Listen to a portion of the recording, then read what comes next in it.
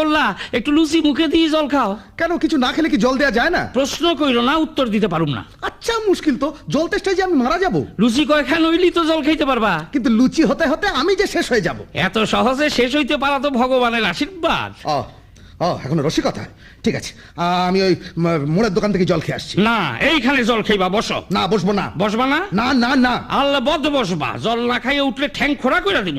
অতিথি সৎকার বইলা কথা, আবার ওঠে। বসো বসো কইতে আসি। না আমি যাব। বয়ে থাক, জল খাবি তবে যাবি। কি এই এই গায়ে হাত দিচ্ছ কেন? এই ছাড়ো ছাড়ো বলছি। বয় বয় বয় নেড়ে সামনে। বলছি কি হচ্ছে কি?